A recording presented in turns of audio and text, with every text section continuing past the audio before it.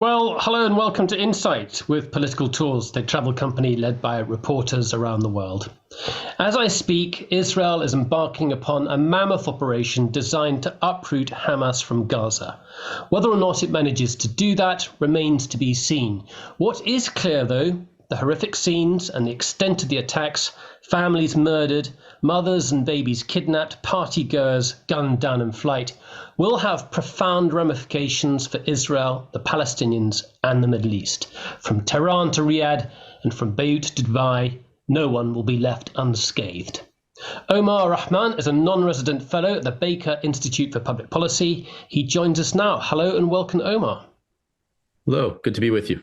Yeah, great. Thank you very much for joining this. For joining us. It's early-ish in New York, but not too early, and that's where you are at the moment. Just to start with, can you just say a few words about yourself, where you work, and what you write about? Sure. I'm a fellow at the Middle East Council on Global Affairs, which is a think tank that is based out of Doha. It was originally actually the Brookings Institution's center, Middle East Center in Doha. I've been there since, well, originally with Brookings as a visiting fellow, since 2019, and then with the Middle East Council since it launched in 2022. So I'm also a non-resident fellow at the Baker Institute at Rice University in Houston as well. A bit about myself as well. I'm a former journalist, much like you. So I like what you're doing in terms of bringing context to the news stories. And that's very similar to what I do as well, obviously, in this role as a policy analyst, as a political analyst. It's about bringing context and explaining, what's often happening in the headlines. And so much of what I write about, is Middle East geopolitics. I have my main focus has been for years on the Israeli-Palestinian conflict, on Palestinian politics in particular as well. And other things as well. I write about the Gulf. I spent time as a journalist based in Dubai. I spent years as a freelancer based in Palestine as well. And so, I've covered since even 2019, 2018, writing about normalization as well between Arab states and Israel. So I've written quite a bit on that in numerous papers and articles. Okay. Well, listen, we are going to talk briefly about the events last Saturday, but really we want to try and talk about the bigger picture. And I guess what Hamas thought it would get out of it, what Hamas wants. That's the sort of the main aim. But first of all, let's just talk briefly about what happened on Saturday. Truly appalling, incredible in its scale and nature. First, just talk about the nature of it. I mean, for me, the parallels there are with ISIS, if you like. I mean, going out and deliberately massacring families. What did you? I mean, how do you assess that? Well, let me just begin by saying, I don't condone anything that's happened. I'm here again, not as a spokesman or anything like that. Here to explain the context. So I don't want anything I say to be interpreted as justifying anything. I think I find the events of the last few days on both sides a horrific tragedy. So I just want to start by saying that. In terms of what happened, I think nothing on this scale has occurred to Israel's in its history. The closest parallel things that people bring up are the October surprise 1973 war, in which Israel was caught off guard by Egypt and Syria when they attacked. But even that didn't go into this type of territory, this type of magnitude within Israeli territory, and the casualties among civilians. And I don't think there's any real parallel in the Palestinian history of Palestinian resistance. Even going back into the 1960s, 1970s, at the height of the kind of Palestinian armed struggle, I don't think anybody was able to inflict this type of toll on the Israelis. And so it's we know for a fact that the whole world, I think, was shocked by what occurred. The Israelis were absolutely shocked by what occurred, and are asking them justifiably the question of how did this happen?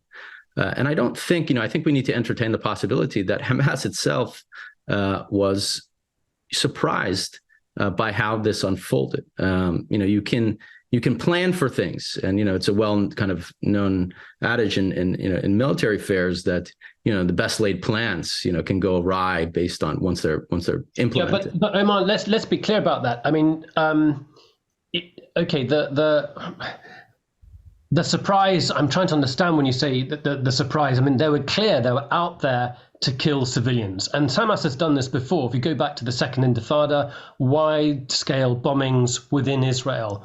And so they were clearly going out to kill. They were clearly going out to kill anybody. Well, I haven't finished what I was saying, but I'm getting to that. What I meant is, to meet pretty much no resistance on the Israeli side, to kind of find yourself and all these fighters unencumbered and not facing any kind of military response in the immediate thing. I'm just thinking that it's quite possible that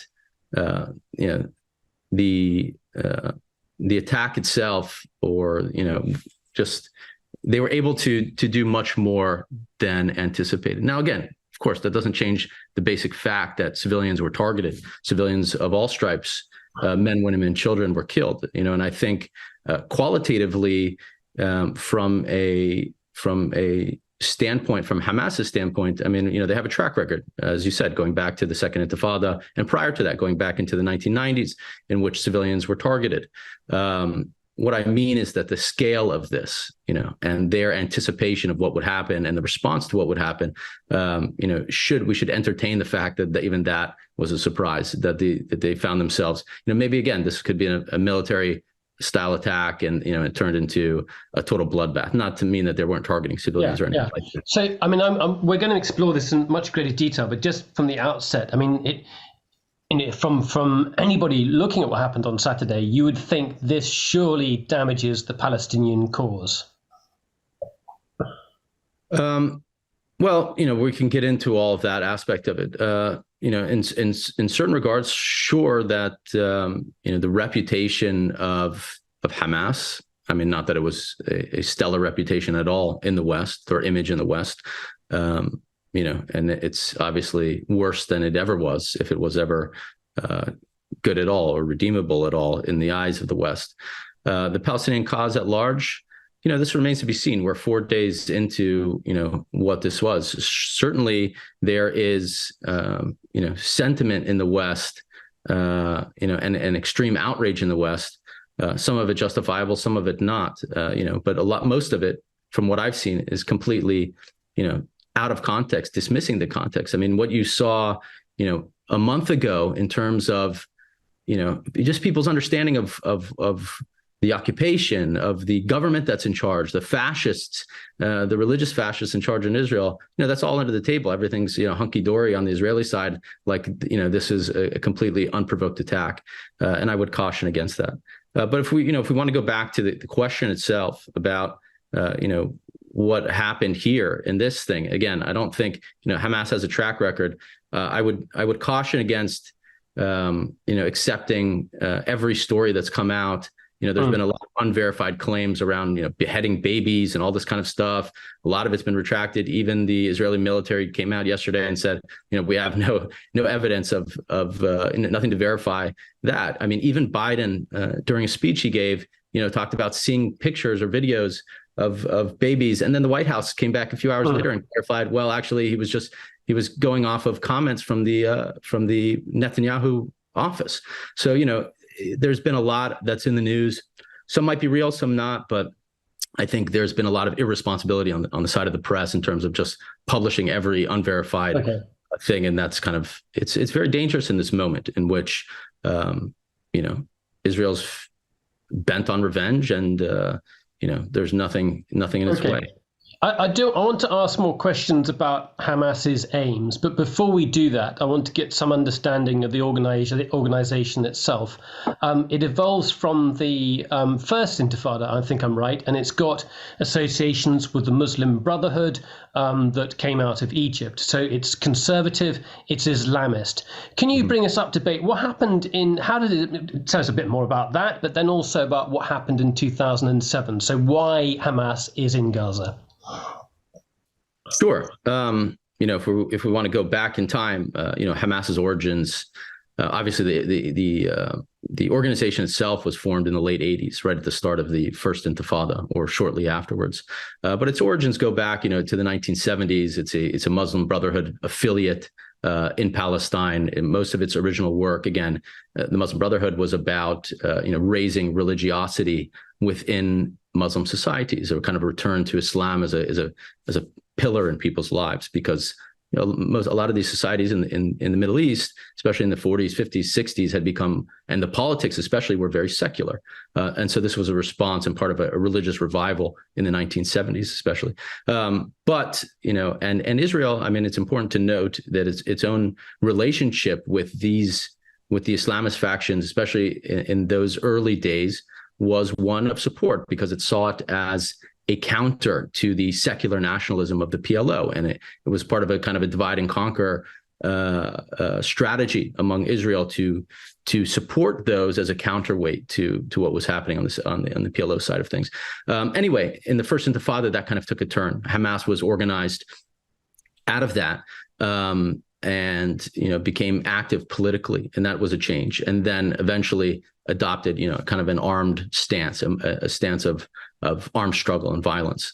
Fast forward a little bit into the PLO and Israel signed the Oslo Accords in the early 1990s, and Hamas becomes a spoiler to that. It opposed dividing the land, partition along those particular lines, and so it acted as a spoiler. There was obviously eventually suicide bombings and in a campaign to derail that process. After the second, and then they're obviously involved in the second Intifada, heavily involved. And then coming out of that, there was a decision to get involved. They had rejected Oslo and rejected the Palestinian Authority, but then there was a decision to become part of the establishment and run for elections, and so they did in 2005. In elections that were obviously pushed by the Bush administration, to be honest, and they succeeded. They won. They weren't overwhelming victory. It was overwhelming in the structure of the elections, not in the popular vote itself. But they won. They came to power. Israel and the Western states immediately rejected that and boycotted the Palestinian Authority. And so this, over a 2-year period, led to kind of a power struggle with the PA. And the other force, the Fatah-led PA, and Hamas.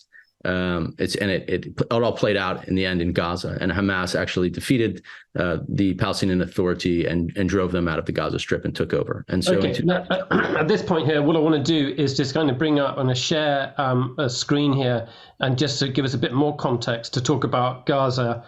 And the conditions within Gaza, and we'll come back to Hamas in just a second about its structure, its leadership, and then I also want to ask questions about Hamas's relation to Iran and also to Hezbollah. So we've got a map here. I hope everyone can see that. I don't know, it depends on where the pictures of us are, but on the top right hand side of your screen you should be able to see the Erez crossing, which is the main crossing point for people entering into Israel or coming from Israel into Gaza, and then the other crucial checkpoint is on the Rafah crossing, which is the border with Egypt.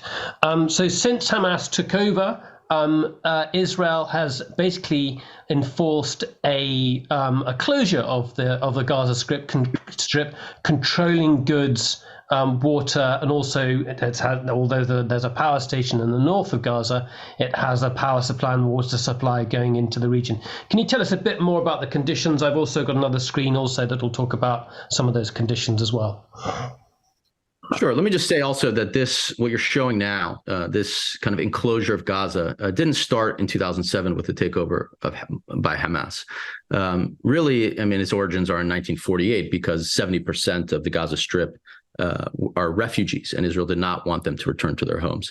But this kind refugees from 1948 as opposed to 67. And so, in fact, many of those people actually come from villages just across the wall, so where those settlements are. Exactly. But this particular regime really started in the early 1990s. Again, when Hamas was a nothing. Israel, during the second Intifada, it enclosed Gaza and set up a permit system. And then in the 1990s, it built militarized fencing. And then during the second Intifada, this was replaced by kind of a militarized wall, what we're seeing now. And then in 2005, when it pulled out, again, this is all reinforced And then in 2007, it initiated the blockade itself. So that stems from a much earlier period. But again, I don't think this situation in Gaza, the reality today, I think is, unparalleled in the world today. Nothing like it exists anywhere. You have 2.3 million people crowded in a small coastal strip that you see there, making it one of the most densely populated territories in the world. Half of those people are children under the age of 15. Again, 70% of them are refugees, stateless people, with no rights. And for 16 years, it's been under a very strict military siege by land, sea, and air, meaning that all the goods and people can enter and exit only at Israel's discretion. And it's brought the number down to what it previously was, to a trickle. These stats here, and these stats come from 2019. So both the population figures and the trade figures are somewhere out of date. But I thought it'd be useful just to look at some of these. And the statistics that struck me: youth unemployment close to 70%. That was back before the pandemic. And then if you look at the number of people, the population who are receiving food aid or need food aid, that's almost 70% of the population. And then another key economic indicators on the bottom right-hand side, if I bring the screen up a bit, is the goods that exit Gaza. So 5,004 trucks exited in 2006, and that truckload in terms of goods exported from Gaza was 2,608. Can I briefly mention the role of Egypt here, Omar, in this? Because it's not just Israel that enforces this blockade. Why does Egypt block the border? This is a complicated rationale. In one sense, I think it's a junior partner in a relationship with both Israel and the United States. Israel and Egypt have their own peace treaty, but this is also backed by the United States. The United States is a provider of military aid, significant military aid to the Egyptians, and all of that. And so that relationship to them is crucial. I don't think Egypt would be blockading. Now, they have their own relationship with Hamas and their own reasons for, and that's a complicated relationship. It's not, again, all hunky-dory. They have their own security rationale and everything else. But I don't think they'd be blockading it if it wasn't, something that was demanded by Israel and the United States. Yeah, okay. But what you described here with these statistics, again, is the immiseration of the Gaza Strip and the kind of conditions people live under. And there are other parts of it, the kind of ecological part, the humanitarian part of it that is not even mentioned. 97% of the drinking of the water in Gaza is unfit for human consumption. In 2012, the UN said that Gaza would be, unlivable, uninhabitable by 2020. Obviously, we've lived past that, but the kind of sentiment or the analysis there, I think, is intact. This is a terrible living situation for the people of Gaza, and most importantly, it's endless. This siege has no end in sight. There's no, and nobody seems to care. No one in the international community is responding to it, despite multiple attempts, I think, by people, by even Hamas, to kind of raise attention, bring attention to it. I think if you look at, the rocket attacks and that kind of thing, there's a response to specific things that are happening, but there's also, just trying to jolt people's attention and say, look, we're suffering under these conditions, and nobody's calling for the end of this siege, which is an untenable situation.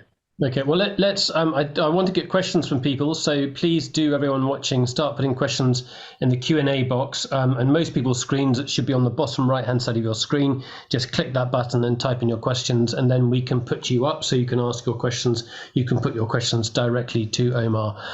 So I want to come to Hamas's aims, what they're trying to achieve. But before we get to that, can you just give us an idea about how they operate? Where do they get their funding from? How closely linked are they to other organizations? I'm thinking about Hezbollah in Lebanon. And there's also within Gaza, one should bear in mind, there are other, what they might call resistance organizations, the resistance brigades, and there's also Islamic Jihad as well. So it's not just Hamas who are there. But tell us a bit about how they're set up and who they are linked to. Yeah. Again, we've talked about Hamas's origins and that they're a factor of the resistance movement. But since 2007, they've been a government as well. And so I think there are various wings to Hamas as an organization. There's a governmental wing, there's a political wing, there's a military wing, and some of these operate almost independently. I mean, within a structure. But from what I understand, especially the military side of things, it's all kind of siloed into cells so that they can pull off some of the things that they pull off without Israeli intelligence finding out what they're doing. But I mean, that's one side of the thing. Another important element of this is that their political bureau, their kind of political structure, decision making, those leaders are living outside of Gaza itself, so that they don't come under Israeli occupation or political pressure, that they're able to kind of an independent decision making outside. So this is a really important thing to say. So it's to use perhaps it's an unhelpful analogy, but it's a multi-headed hydra. It has got political leadership in Dubai, also in Beirut, but you're saying the military leadership is within Gaza. Not in Dubai, in Qatar, in Doha. It was once in Jordan and then had to leave Jordan. It was in Damascus, had to leave Damascus when they, ran afoul of the regime for kind of criticizing what Assad was doing in 2011. So they've had to kind of seek a base, if you want to call it that, or just kind of a host government in various places. So right now they're, that kind of leadership is mostly in Doha. And then obviously the military wing is based in Gaza. So that's kind of the structure. And they have links to, sympathetic other armed groups in the region or patrons. Iran obviously has been a benefactor to Hamas for some time now in terms of, funding and I think sneaking in some military armaments into the Gaza Strip. And maybe providing some kind of help in other particular ways. Well, let's stick with that particular question, because we've got a question from Hookie Walker, and this, if you look at how well organized this was, the discipline involved, the fact that they were managed to keep it secret, the timing of the operation, use of paragliders, guys on the back of the trucks might be less sophisticated, but it was very well organized. The sheer numbers involved, the suggestions there that they must have had support from elsewhere. Hookie, your question to Harold Walker. Yeah, my question is about Iran. It strikes me that, as particularly listening to somebody who's really well informed, like your guest, that there's an awful lot of misinformation being used on this awful dispute. One question I'm uncertain about, I'd be grateful to hear Amar's view. People like Con Coughlin in the Telegraph and various other people are insisting that Iran is behind the recent event. I don't agree. Am I wrong? I also disagree. Again, I think they are a material supporter of Hamas, but I don't think they're a decision maker for Hamas, or Hamas being a proxy of Iran. Iran, they have kind of sympathies, mutual sympathies, and some alignment in various ways. But I don't think Hamas operates as a proxy in any way from Iran, and I don't think it would take this kind of step at the direction of Iran. So yes, I disagree. I think a lot of that reporting came out of the Wall Street Journal, and I don't find the report itself credible from what I've read and understand. And even that journalist Summer Saeed, who I've come in contact with as a journalist in the past, I'm not going to say anything to her directly, but her former editor at Reuters, said that she was fired from Reuters years ago for making up stories, for being dishonest. So I don't find that credible, especially. But Omar, the parallel there is with Hezbollah, that Hezbollah wouldn't undertake a major operation against Israel without referring it back to the Revolutionary Guard Corps. It's possible. It's impossible to say what they did. I listened to a senior leader interview from Hamas in which he said that they, all Hamas's partners, even including Russia, were kind of all informed within a half an hour after this started. And so that was his explanation. Whether they knew something was happening before, obviously Egypt caught wind of it, apparently, if you listen to the Israeli press, because they're saying that Egypt informed the Israelis not again of the exact plan, but that something was coming a few days ahead of time and it was ignored. And so, but I think if you're gonna pull something like this off, extreme secrecy must have been needed, especially over the planning process for a long period of time. So the more people you tell, the more possibility that this gets disrupted. And so I think believing that everybody was informed, Hezbollah, Iran, all this kind of stuff, I think it is a little bit more unlikely than likely, in my estimation. So, Omar, this brings us to a question. I mean, that's given us a lot of context, a lot of background, Hamas's sort of origins, the conditions in Gaza, your initial assessment of the actual attack itself. What do you see as Hamas's aims? What were they trying to pull off here? In my estimation, again, I think you shouldn't look past the structures of oppression that Palestinians are suffering from. The kind of endless occupation, again, 56 years of military occupation. That's multiple generations of people that have grown up, whole lifetime of people that have lived under occupation. If I was born in Palestine, I would have lived my entire life under a brutal military occupation. And let me just say, I mean, this is not the kind of occupation that America implemented in Japan or in Germany, in which it was kind of facilitating the rebuilding of those states and democratic institutions for them to be friendly governments.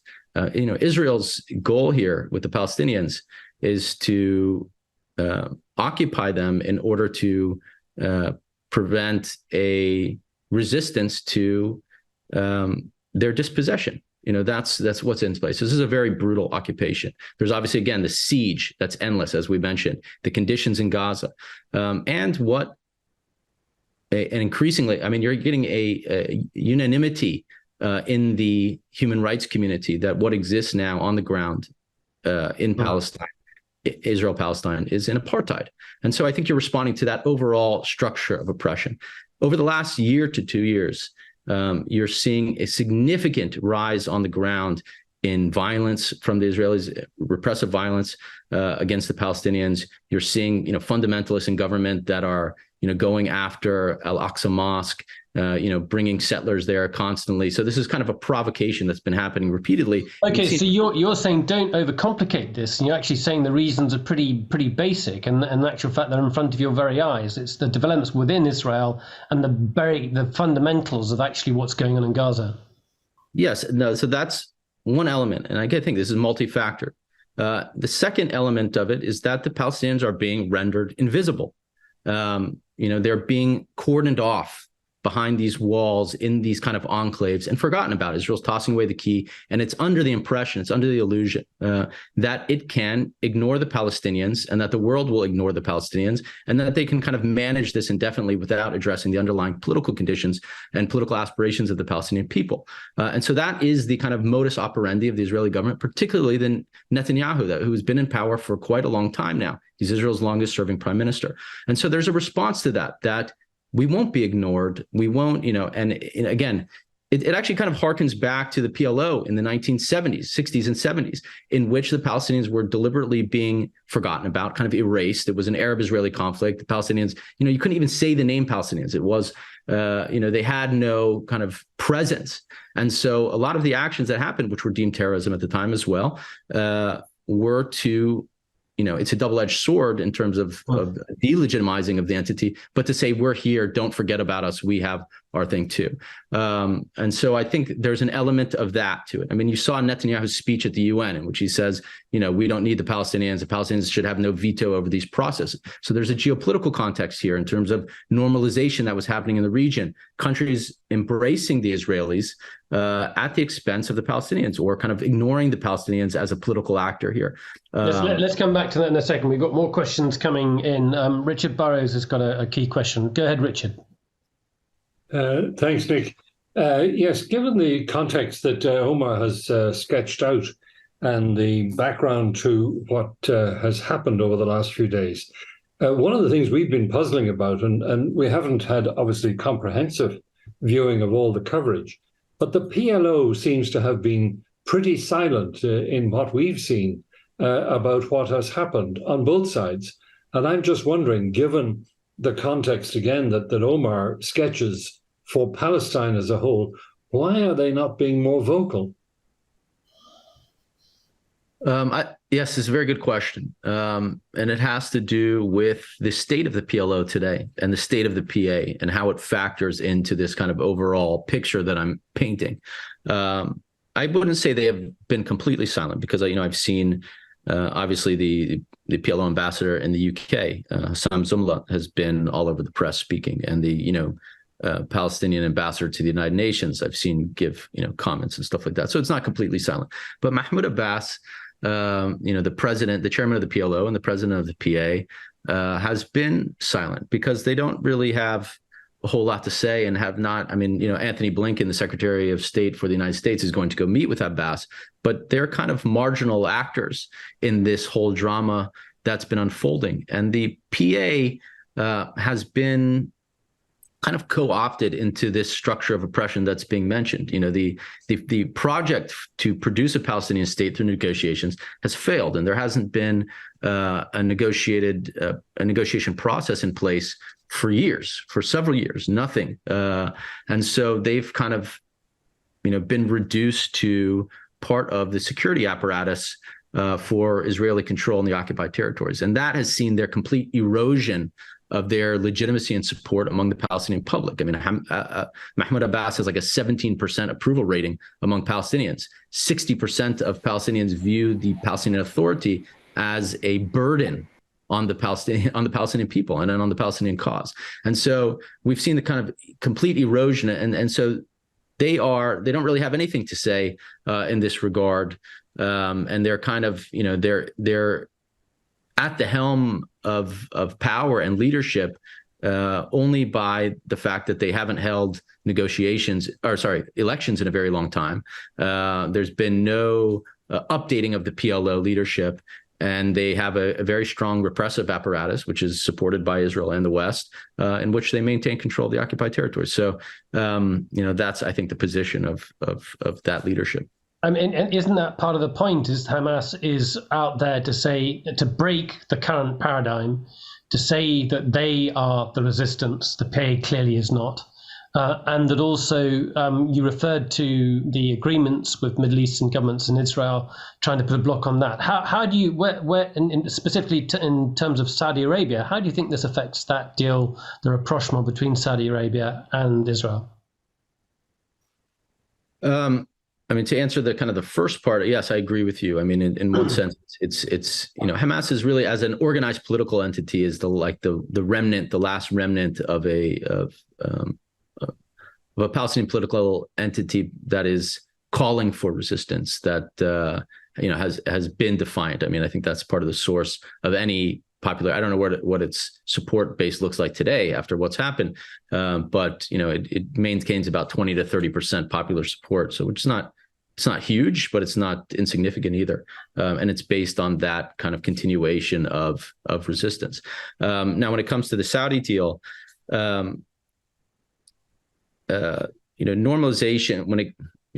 normalization amidst an ongoing system of occupation and apartheid has always kind of been a difficult dance. And it's premised, in a sense, on the Palestinians not being much of a factor anymore, and the kind of PLO not being much of a factor in regional politics anymore, having its leverage kind of undercut over years and years. Some of it self-inflicted, some of it having to do with geopolitics itself. And so I think, states like the Emirates and Bahrain moved forward in their normalization process because of those kind of conditions. And another one of those conditions is that the kind of Oslo era has persisted for much longer than the Oslo process itself, and that the accords themselves have held up. And so the PA's ongoing cooperation with the Israelis on a daily basis in terms of security kind of opens the door for other parties in the region to engage with the Israelis, because you can't be more Catholic than the Pope, right? You can't say, sorry, you can't talk to the Israelis if we're dealing with the Israelis. And so, yes, I think, Hamas had that in mind to an extent when they carried off this attack. But it's always a bit difficult. And the Saudi calculation itself is much more complex than the Emirati or Bahraini calculation in this regard. And so I don't think the Saudi, and by the way, I just wrote a paper on this. It's not out yet, but the the Saudi calculus is very, I don't think normalization with the Israelis was imminent. It had definitely had a lot of momentum behind it, but I don't think it was imminent. It was very much a moving target. And it, each party to this, the Israelis and their domestic politics, the United States and its domestic politics, the Saudis and their politics, and their regional ambitions, and the Palestinians as well, who were had the least leverage and the least say in this scenario, but they had some say. And I think Hamas was trying to say, well, we have more say than you're giving us credit for. And this was kind of a response, especially to Netanyahu's speech at the UN saying, and again, we're not an irrelevant party here, and you have to kind of address our grievances. In a second, I want to look at the risks of conflagration, how the conflict could spread. But let's take another question. Diane Cook. My feeling... Sorry about that. My feeling is that the international response to these atrocities is of a different kind than of similar things in the past. And if you agree or you see something in that, why do you think that might be? I don't know if I fully agree. Yes, in maybe scale and intensity, and that kind of reflects what happened, I think, on the ground, and the kind of emotions that are running. I think kind of lockstep U.S. support for Israel, and not kind of putting too much in terms of restraints on the Israelis, is a familiar pattern, and that's something that we've seen among many countries in Europe as well. So I think these countries are falling to a familiar pattern, but in response, I think to the scale of the atrocity on the Israeli side, I think there's been even more willingness to give Israel carte blanche to do whatever it sees fit, and that's, I think, extremely dangerous, because when somebody is fuming, when somebody is angry, when somebody is feels they need to respond with everything they can possibly muster against what's ultimately a very vulnerable population that doesn't have defenses. I mean, we have to understand here a fundamental asymmetry of power, that the Palestinians don't have an air force or an army. Hamas doesn't have an army or an air force or a navy. It doesn't have tanks, doesn't have airplanes. They don't have bomb shelters. They don't have missile defense systems. They don't have satellites and technology. And so this is a very vulnerable population that's exposed to one of the most powerful militaries in the entire world. And so we have to recognize that, the asymmetry in power is huge. There are no occupying troops, Palestinian occupying troops in Israel. There are no Israeli, beyond the hostages that are now, there are no Israelis sitting in Palestinian prisons for their whole life. So, anyway, kind of getting beyond your question a little bit, but I think the West is playing a very dangerous game here, because this has the potential to be an absolute massacre on the Palestinian side of civilians. I mean, I don't know what Israel is getting at, and we're going to get to, I think, their strategy here. But Israel has inflicted plenty of damage multiple times on the Gaza Strip through its military campaigns. But in some sense, it stops short every time, because what's the alternative in terms of governing this mass of people, 2.3 million people on Israel's, in the Gaza Strip? Well, Israel has come to depend somewhat on Hamas, actually, and finding a détente with Hamas. And so eliminating them completely was not really part of the project. Now, if you're going to eliminate them, as Israel seems bent on doing, what's its plans for the people of the Gaza Strip? Maybe this time it's just to drive them into Egypt. I mean, you're seeing Gaza being flattened right now, and it's being done with the full endorsement and the green light of Israel's supporters in the West. Let's take a question from Claudia Baker, because there are events today that might give, I think, give a sense of Israel's very real understanding that what it's about to do could spark a regional conflict. Claudia Baker, your question, please. And Claudia, if you can't open your microphone, I'll ask your question for you. No, I don't think you can. So Claudia asks, why has Israel attacked 2 Syrian airports? That I can't say with, with any real knowledge. I can say that the border with Lebanon, again, that's heating up a bit. I think the Lebanese and Hezbollah have their own calculations that they're making. And I think, Hezbollah is obviously the most powerful actor in Lebanon, but it's not the only actor. And it operates within a political context in which it needs to make decisions on behalf, of the whole state. And other actors are kind of urging Hamas or Hezbollah not to get involved in this conflict, lest Lebanon be, destroyed like in 2006, but at a point in which, it's already a failed state and it can't afford that. So, I think just to bring us up to date, Claude is referring to reports coming out of Syria. So this is Reuters. Syria's state television said Israel launched attacks on the main airports in the capital Damascus and the northern city of Aleppo on Thursday, which to my mind would suggest that Israel's about to undertake something which is massive and to such an extent that it might fear regional retaliation. Yeah. I hadn't seen that, but I think that is, again, I think we are kind of all, have some idea of what the Israelis are planning. Now, what their ultimate goal is, I don't know. But what they're planning, is to flatten Gaza and then bring in a massive force on in terms of ground invasion, and that will have extremely dire consequences in terms of loss of life. And I think part of the reason the United States sent a naval strike force into the Eastern Med is to tell the rest of the region, don't involve yourself. Nobody else get involved, or we're going to get involved with our military power here. And so that nobody opens a second front for the Israelis while they conduct this campaign in the Gaza Strip. And so I think that's, kind of how the United States is approaching it and how things are happening at the moment. I don't think Israel wants to open up multiple fronts, at least at the moment. Thinking about those fronts, we've spoken about Syria, which to my mind seems the weakest of any possible front in terms of any threat to Israel. But let's just go through the others. There's obviously Hezbollah in Lebanon. There's the West Bank itself. And then we mustn't forget as well that Israel has a substantial Palestinian population, and we don't have to go back too far, even a year or so ago, in which there were large-scale clashes on the streets between Palestinians, or Arab Israelis, as the Israelis refer to them, and Israelis. Yes, yes, I think that unfortunately, is imminent in terms of a full-scale countrywide unrest and drawing the rest of the country into this. And there are reasons for that. One, because people are very angry and upset about what's happening in Gaza. And so they're protesting that. Israel is responding to those protests with live fire. Numerous people have been killed. This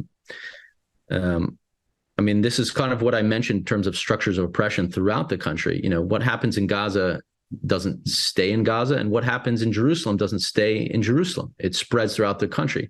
Much like the international community considers the Gaza Strip and the West Bank as a single territorial unit, even though they're geographically separate. The Palestinian people view this as Palestine, and what happens in one place happens in the other. And so the likeliness of this spreading is immense. And also, you're seeing again, not just shooting of protesters with live fire, but you're seeing what's been happening over the past few years. Even longer, but really ramped up over the past few years. Settlers' attacks on Palestinian villages, going in. A number of people were just killed in a village near Nablus, in which a bunch of settlers went in there and just started firing on people and killing them. Obviously, we've seen the pogroms of the past year or so, in which villages are set on fire, and I think that's going to increase heavily in the days ahead, and that's going to draw the rest of the country in it. And you saw what happened in May 2021, which you're referring to, is something that started in Jerusalem, and then Hamas fired rockets because it was responding to what was happening at Al-Aqsa Mosque. And then there were protests, and those protests spread, and they spread among Palestinian citizens of Israel. And you had a full-scale, unrest, which drew in the different Palestinian components in kind of like a united solidarity movement. And you had, mobs in mixed cities attacking each other, and it was. I think that there's a very high likeliness that happens again. Okay, let's take a question from Richard Burrows, followed by Hilary Matthews. So those two questions tie in with each other. Richard first, and then Hilary. Go ahead, Richard. Thanks, Nick. Yes, my question is really, who is going to be the most influential in terms of being peace broker or monitor, with some chance of being recognized by all sides in this? It might have been obvious to say the United Nations has a role, but we don't here have a great deal of confidence that that could be very effective. The US is already dancing around the Mediterranean, but who could be the effective broker? Is it the US? Is it the EU? Is it another Arab state? Is it Russia? Okay, or Russia even. Okay, let's take a follow-up question with Hilary there, because that ties into that. Hilary Matthews. Have I turned my sound on? Yes. Yeah, you're there, yeah. Actually, it's a very similar question, and it's out of ignorance on my part, as I'm wondering if any of the Arab states have ever seriously tried to broker a peace deal between Israel and the Palestinians. The Americans have failed, it seems to me, and it should be something that the Arab states ought to be able to deal with, and surely it's in their interest to do so. Omar. Sure. First to Richard's question. Unfortunately, there's a vacuum in that regard, especially at this particular moment. I think there has been an attempt by a few states to try to broker something. Turkey has been involved, and obviously they have a relationship with the Israelis and with Hamas. Qatar, the Saudis, Egypt have kind of all volunteered to do that. But I think Israel's not at the moment interested in hearing any type of talk about a ceasefire or mediation until they're done with the campaign that they're launching against Hamas and the Gaza Strip. And again, when you have the full backing and the green light of your partners in the West as well, who are not cautioning restraint at all, even for civilian casualties, the most I've heard is from the UN itself, from Antonio Guterres. Then God knows, where this goes. I don't think the Israelis are going to be paying attention to any calls for mediation at the moment. In the future, a little bit down the road, could some of those parties play a role? Yes, I think they potentially could. We can't also, I don't know what's going to happen, but, Hamas is apparently holding 130, 150 hostages. Whether those people will remain alive throughout this bombardment, through this campaign and a ground invasion, I don't know. It seems like, the Israelis are prepared to let whatever happens if they do a ground invasion. I don't know. But that could factor in this, especially some of those. I think a number of them are foreigners, Americans and others. So that could factor in. I think that's an issue here. But I don't. Just on that point there, Omar, would you expect the issue of hostages? We go back to Gilad Shalit, held in captivity for over 5 years. I can't remember, it was 7. I can't remember how many years it was, but one man and about 1,000 prisoners, Palestinian prisoners, released after no years of negotiation, because Israel didn't negotiate for a long time, and then ultimately there was this deal done. So you've got no expectation that the issue of prisoners, the issue of hostages, is going to be dealt with at any in short shrift. Yes. Quickly, I'll answer Hilary's question, which is, the Arab peace and treaties. We can't forget that in 2002, the Saudis and the entire Arab League, initiated the Arab Peace Initiative, which was, a initiative that said, we'll give Israel normalization with the entire Arab world in exchange for a Palestinian state on the 1967 borders.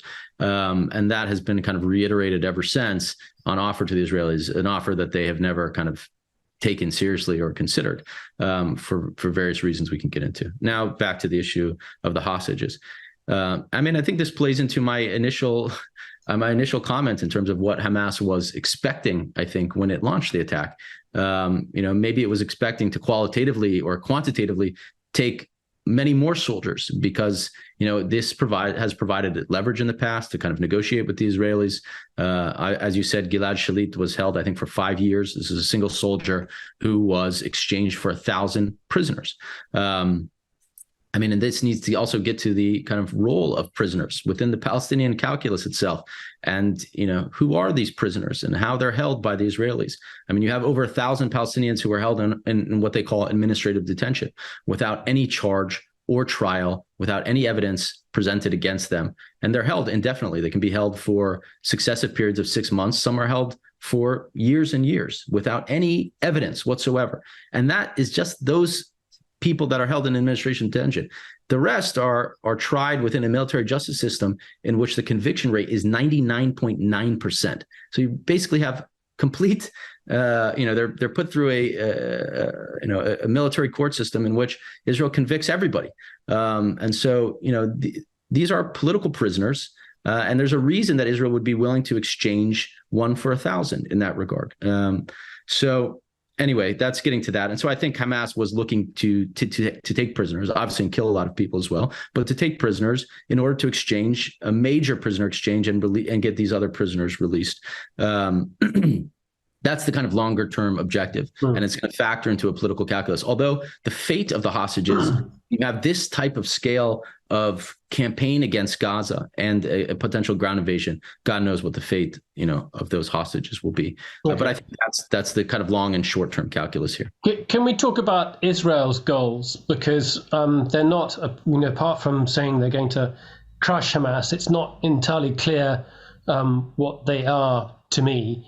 And also where this might lead to. And I have to say, I'm thinking back to 1982. I'm old enough, and I'm sure there are people here watching who are certainly old enough to remember that and how badly that went.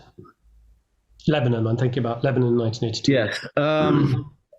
Israel's strategy. Again, I think we've discussed it to an extent in terms of what their strategy might be in terms of this particular campaign in Gaza. I have to say that, to me, to my understanding, Israel has no real strategy in terms of the Palestinians. It's under Netanyahu in particular, but for a much longer period of time, its strategy has been kind of managing this situation. Again, kind of pushing people into these enclaves, securitizing them with walls and borders and checkpoints, and kind of forgetting about them, managing this situation without addressing any of the underlying political drivers. And the reason for that is because, especially for the Israeli right, their overarching strategy for themselves is to take over and control the whole land. Israel believes, the right wing believes this is Eretz Israel. They have exclusive right over the entire territory to rule for the Jewish people. And so that does not coexist with the Palestinians' own political ambitions, their own claims to this land, and their own desire to have self-determination. And so Israel, because these two things cannot coexist, Israel has been happy to confine. Sorry, my buzzer is ringing. To confine the Palestinians and to employ force against them in order to prevent any kind of resistance to this status quo.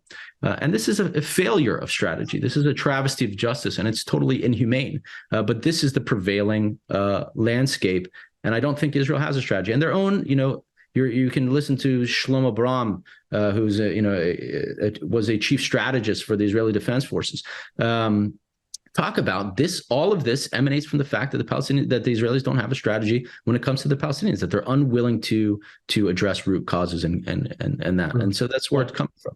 Shlomo Bram has talked about Netanyahu using that divide and conquer strategy, actually relying on Hamas to undermine the Palestinian cause. There's quite a few good articles coming out in Haaretz. I have 30 seconds to buzz whoever's in, just so it stops. Well, anyway, 30 seconds. Are you got to go in 30 seconds? Or you? No, I just want to buzz the...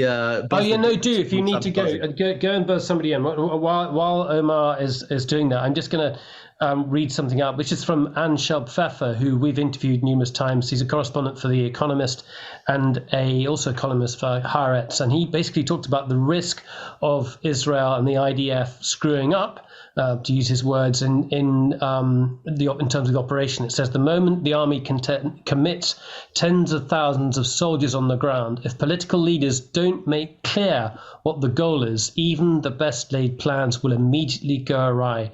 There will be terrible chaos and even worse bloodshed than can be expected. The public's already drastically shaken confidence in the army, this is Israel's confidence in the army, will be further eroded, and much of the goodwill that Israel has accrued this week internationally in tragic circumstances will be squandered. So that's Anshul Pfeffer's assessment of the risk of going into this operation.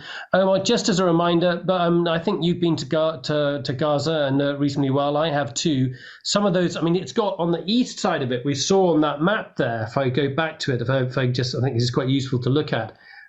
If we go back to this map here, I think if people can see my cursor here, I'm not too sure if they can or not. Along that wall, there's quite a lot of agricultural land there. But as soon as you get near that road here, it is very, very, very built up. And particularly, there's sort of housing areas that are very, very dense, but particularly the refugee camps that are warrens of sort of concrete corridors. And I can't see how you go into those areas without colossal loss of life on both sides.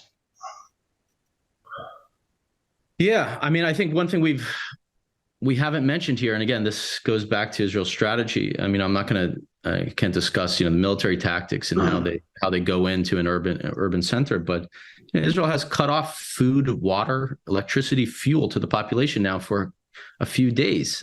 What's its goal with the civilian population? Is it to starve them out? Is it to drive everybody out of the territory and into Egypt while it does this incursion? And then what's the longer term goal? Is it to now take Gaza for itself, to kind of secure it, to say, if this is going to be a periodic thing between us and Hamas, we're just going to, ethnically cleanse this territory and then seal the border into Egypt and make it Egypt's problem?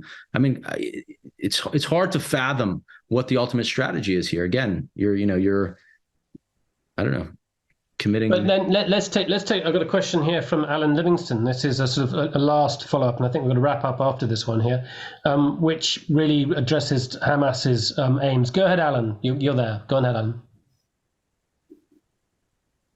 You need to open your microphone, Alan. If you find the microphone button, just hit the microphone button on the bottom. Yes. Sorry. Can thanks you hear me? I know, Alan Livingston. Yeah, Alan Livingston, I can hear you. Go ahead, Alan. Hi, Nicholas. It's good to hear both of you. I don't think everything that's been said so far is correct in one way or another. I think you have to look at other powers involved in this. Russia, for instance, I've read some interesting reports coming out that Russia's tacit approval of this. They want a diversionary factor, and there's nothing that could be more diversionary than a Middle Eastern war, taking away from what's going on in Ukraine. Also, Russia wants higher oil prices. Middle Eastern war will definitely put a lot of chaos in the oil markets, which you've already seen. Also, the factor of Israel's divided government maybe gave the impression of weakness there, and maybe that led to the fact that the intelligence was so weak and pointing this out in the future. Of course, the factor that Iran does not want the Abrahamic Accords to go on. All these factors are involved. It's not just the Palestinians. Palestinians have been used and abused by their own people. Alan, I'm just going to be blunt and direct as I am. Have you been listening? Have you been listening since the beginning? Yeah, and it's Omar, go give us what you. I think you. Yeah, I'm just saying that all of these factors are involved in here. My question is, I know Israel does not want to own Gaza. That's the last thing I've read from Israeli. The question is, if they do take down at least the local aspect of Hamas, I'm still interested into what will happen in that area. And if the results go bad for Hamas, whether you think Hezbollah will definitely come in on the northern side of Israel.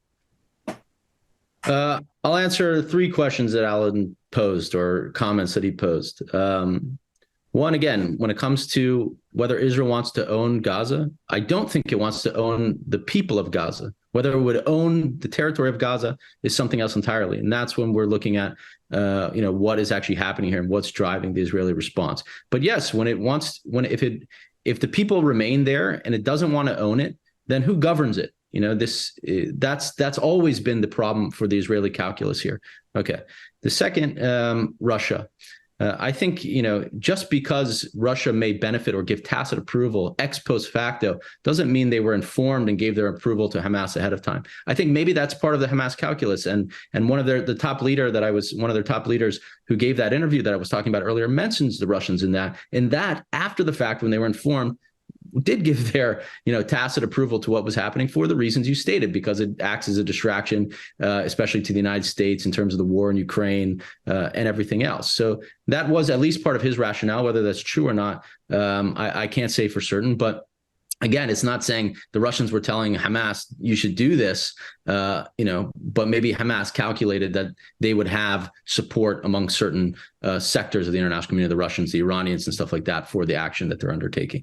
And third, about the kind of divisions within the Israeli. I mean, this works both ways. I mean, I've heard from Palestinians saying, why would you attack Israel and unify them at a time when they are their weakest, when they are their most divided? Yes, okay, they're weak and divided, and maybe that provides an opportunity in which you can carry out an attack, tactically speaking. But from a strategic perspective, what are you thinking to unite Israel instead of allowing this process to play out in which they're extremely divided and all these things are happening, and the world is saying, Israel's not, is at risk of losing, being seen as a democracy and all this kind of stuff. And so there are reasons where you would be tempted to let this play out from a Hamas point of view, or from some other on the Palestinian side, not to unite the Israelis as we see now, in which Benny Gantz is going into it. Alan's last question was what's next for Hamas and Gaza? We've been talking about what their aims were, but they clearly think that they're going to be able to last. They're prepared for a major conflict. They know what's coming, and the question is what they expect to happen as a result of it. Again, I think, and this all ties together with the beginning comments. I think Hamas had to have anticipated a massive Israeli response and had to have anticipated a ground invasion and prepared for it. But based on what it actually thought it might accomplish, or what was going to happen, who knows what it actually accounted for in terms of scale? Did it account for the Western response that was going to come in terms of backing the Israelis? Did it respond to the scale of what the Israelis were going to do? Did it account again for this unification of the Israelis at a time of division, based on, again, the tremendous scale of its attack and the horrifying results for the Israelis? And did it account for this particular government that's in power, in which you have some of the most fanatical elements within Israeli society that are in key positions of power, controlling the police forces and Smotrich, and he controls aspects of the government in the occupied territories. And what these guys are going to try to do when they have carte blanche to enact their whole wish list of policies in the occupied territories. So I don't know what Hamas was thinking in that regard, whether this, it had a strategy for breaking the illusion that the Israelis were under, for putting the Palestinian issue back on the map, or the consciousness of both the Israelis and the West, and say we wouldn't be ignored. But from a strategic point of view, I mean, you have to very much question what Hamas was thinking. Does that answer your question? Yeah, no, that's fantastic. I'm going to take one last question because I know Omar has to go, and that's from Alan McCormack. Go ahead, Alan, in Australia. Omar, thank you.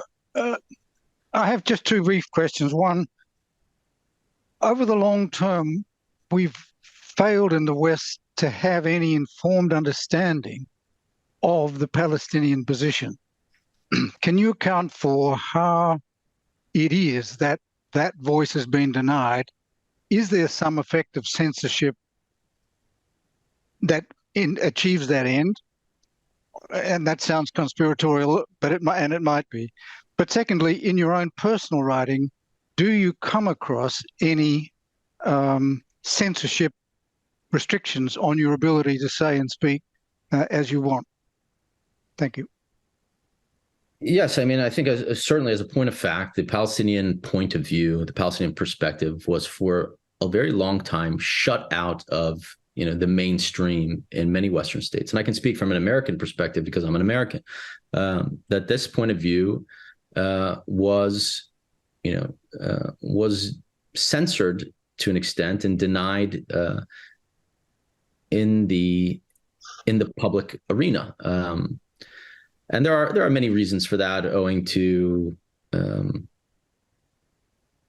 a number of issues. But I think as a point of fact, that's certainly been the case. As a personal point of view, again, I was a journalist for a long time and felt, yes, of course, that my own writing, I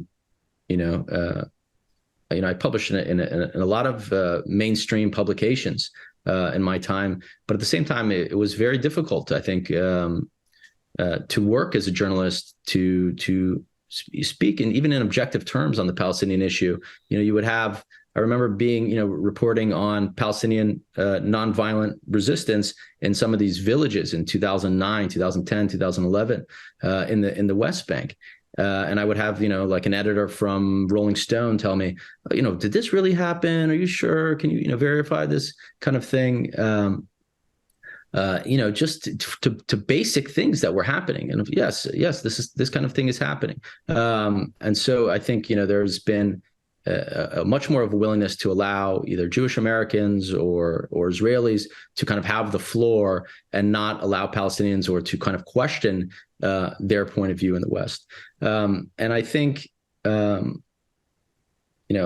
is one of the biggest scandals to me in terms of journalism, is the fact that you have Israelis who are serving in the Israeli military as reservists, who work for the wire services, AP and Reuters and all these kind of things. The bureau chief of the New York Times was, a lot of heat eventually came to him because his children are serving in the Israeli military. Former bureau chief Ethan Bronner. Ethan Bronner and others. I think Isabel Kirshner also, again, not to disparage people and their point of view, but, again, this is not like I fought in the American military and I'm reporting on the American military. This is a conflict zone. This is a system in which your children are fighting for an occupying military. Is your perspective going to be influenced by that? And Americans, seem to have no problem with that when it comes to the Israelis. And if it came to anybody else, not only can you not serve in a foreign military and any other foreign military in the world as an American, but you can serve in the Israeli military. But like you can, report on these issues as a journalist, you can cover them and put your opinions in the public domain, without anybody questioning your perspective in that regard. So anyway, I don't know if that really answers. I have two final questions, and I must let you go. And this is well over the expected time of your talk. On the right of this current government, you've got Smotrich, Ben Gvir saying that they've said previously that they want to get rid of the Palestinians. They have said they'd like to push Palestinians out of the West Bank. The current government says it wants to crush Hamas. It wants to get rid of Hamas in the West Bank. A, is it possible that they could get rid of the Palestinians within Gaza? A, and B, is it possible for them to get rid of Hamas? For the Israelis to get rid of Hamas? Just one little caveat to what I said before. Again, I'm not trying to disparage specific journalists or say that they can't be professional because of certain things. But you have to, question whether you would allow that for any other situation besides this one, just for the look of it, if nothing else. Can Israel crush Hamas? I don't know. It's very difficult to crush movements because every time you do what you're doing, when you're bombing and killing and, the civilian casualties are huge. The 1,100 people that have just been killed in the Gaza Strip so far are not all Hamas fighters. You're killing men, women, children, civilians. Hundreds of children have already been killed. You're going to create anger. You're going to create a desire for revenge. You're going to create all the conditions in which armed struggle and violence and all these kind of things persist. Now, whether you can wipe out Hamas and its officials and all that kind of stuff, maybe you can, maybe you can't. But if you're not addressing the underlying conditions, if you're creating and reinforcing hatred, then you're just going to have new resistance in other guises. And we're already seeing that over the past 2 years as a response to this crackdown that the Israelis have done, and that crackdown started as a response to the kind of wide-scale unrest that we were talking about from May 2021, in which Israel is going into Nablus and Jenin and trying to dismantle the resistance infrastructure.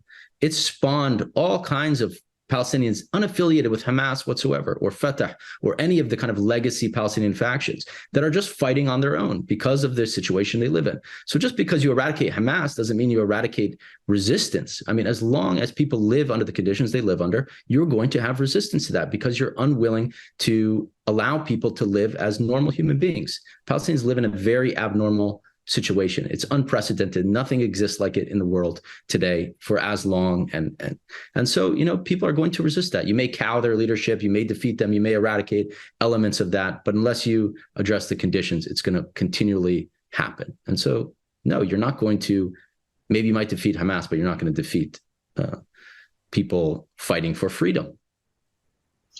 Omar, thank you very much indeed. This has been excellent. I think we've covered a whole range of things. It's been fantastic to have all this time with you. Thank you very much.